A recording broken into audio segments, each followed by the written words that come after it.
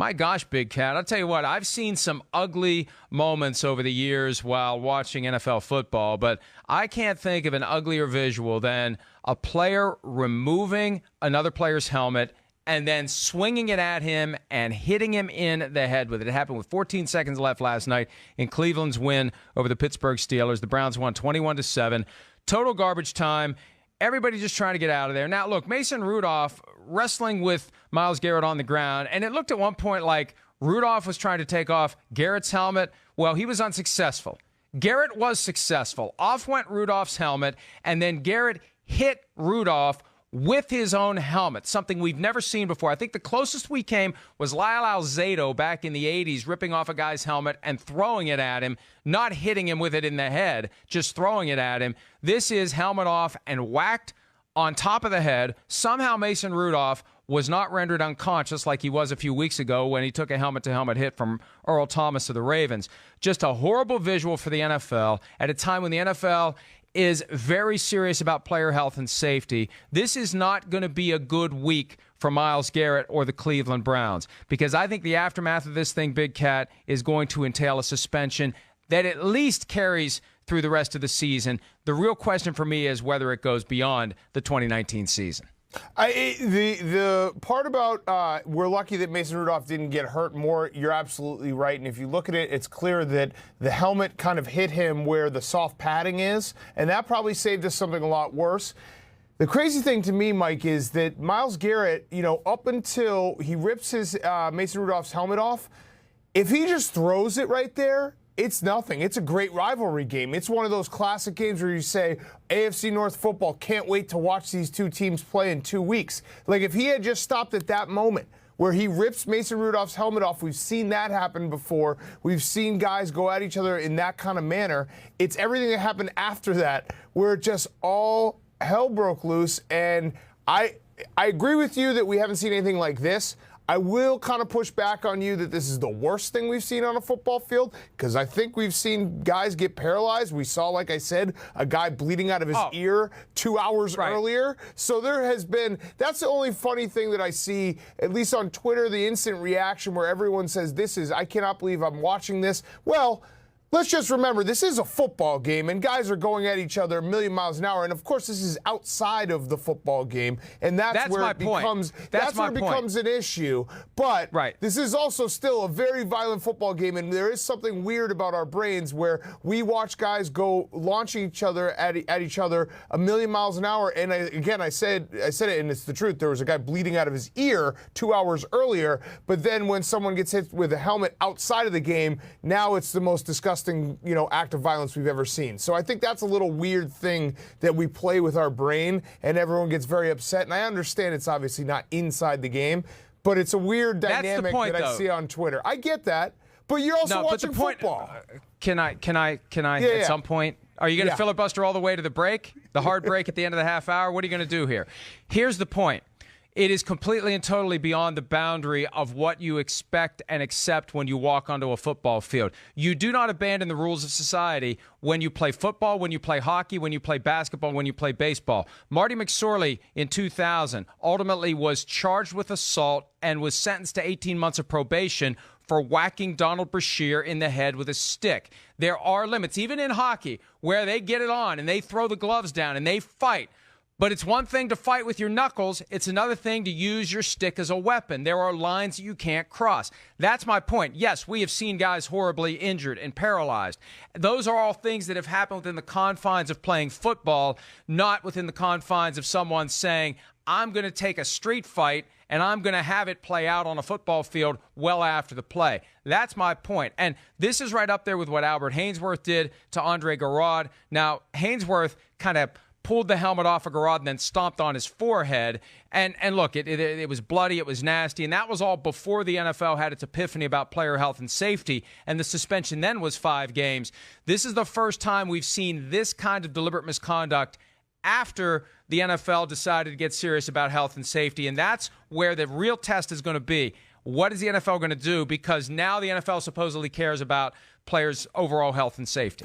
Well, and there's another important distinction here, Mike, that makes it different than the Albert Hainsworth, and it makes it different than the Sioux. It's a primetime game where everyone watched the replay over and over and over and over again. If this was a 1 o'clock on a Sunday, I genuinely think, yes, people would be they'd have similar reactions, but I don't think it would dominate the news cycle like it is right now because it's a standalone game. And 2, it happened to a quarterback. And you can tell me that I'm way off on this, but I think that if Myles Garrett does what he did to Mason Rudolph to an offensive lineman, the reaction that people have to it is completely different. I think there is a idea of protecting quarterbacks. And we saw, listen, the last big moment we saw from Mason Rudolph, because he hasn't been good, let's just say that, on the field.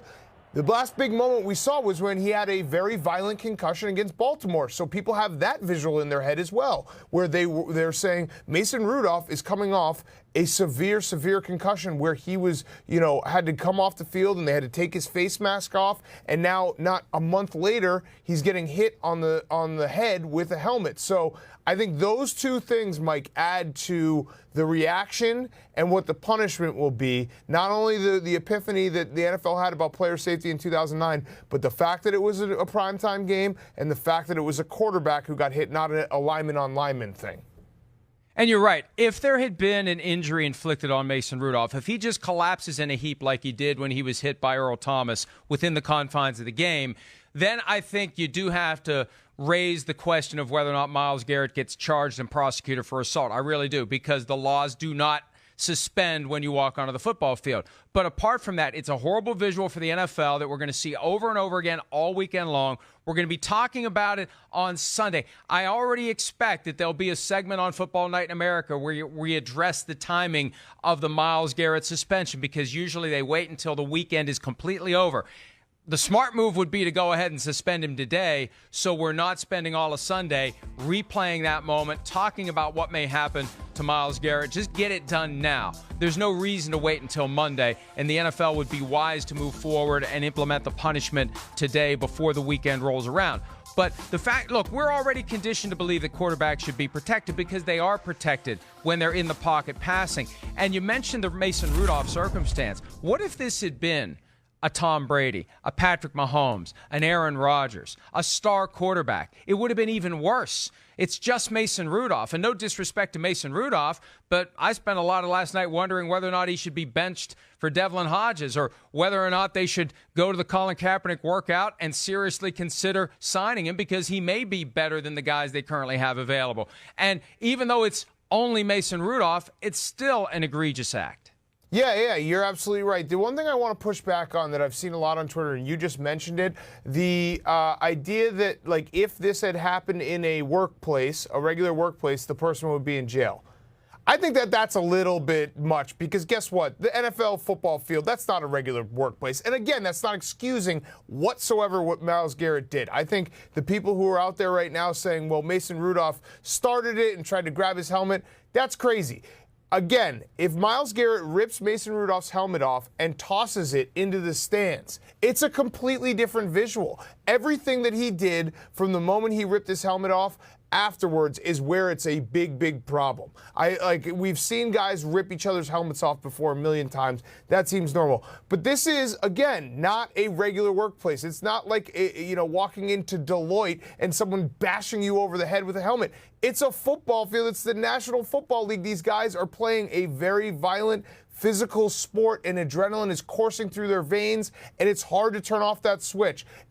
So I don't know if everyone needs to I completely disagree with you. Okay, I completely disagree with you. Okay. Because there are limits to the accepted violence in any of these sports. And if you're not capable of understanding where that line is, then you shouldn't be playing in the NFL, period. That's why the point I've been making, the commissioner always says that playing in the NFL is a privilege, not a right.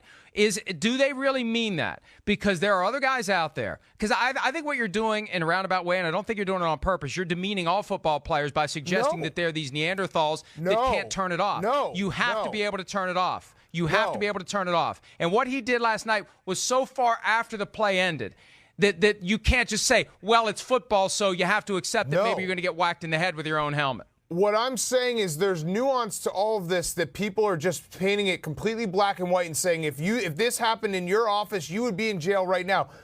This is not normal. Like, it's not the normal life. These are athletes that are 0.001% of the population. They're insane. So they should settle their disputes people. by whacking each other in the head with their helmets? I'm not saying that, Mike. I'm just saying I think that people. Yes, you are. No, it's I'm not. exactly what you're saying. It is exactly what you're saying. No, I'm not. I'm not trivializing it at all because I think, again, Myles Garrett should be suspended. He should be suspended for the rest of the year. And I think it could even maybe leak into next year because what he did, you're absolutely right. You can't do under any circumstance whatsoever. I just think it's funny. We do this with, Mike, we do this with everything when it comes to sports. Hang on a second. We twist our knee and we say, well, I came back in 6 months. Listen.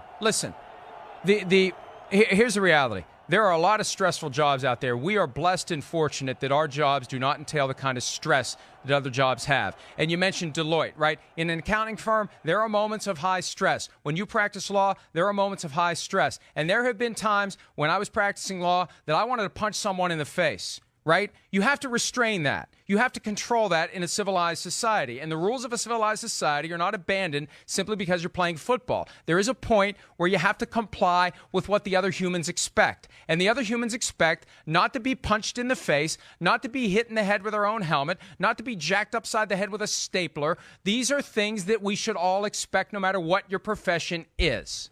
Mike, here's the difference, okay? And here's where maybe I didn't do a good job of explaining it. When you are playing in the NFL, you are playing a sport and a game that is violent by nature. You are always on that edge. You are always on that line. We talk about it all the time about guys playing on that line where they're playing within the confines of the game, but they are physically imposing on the other team.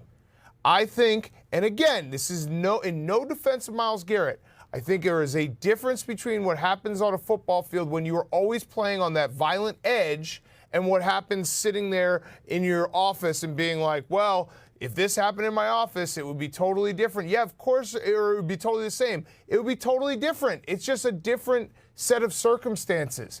And I think what I'm doing is actually humanizing the players more than anything in saying that they play a sport that takes such a toll and has them playing on such a line that something like this can happen. And again, not excusing it, but it can happen. This is what they're always on that line where it's like, we want you to play at your physical best. We want you to play at your physical, most violent, imposing, going at the other team.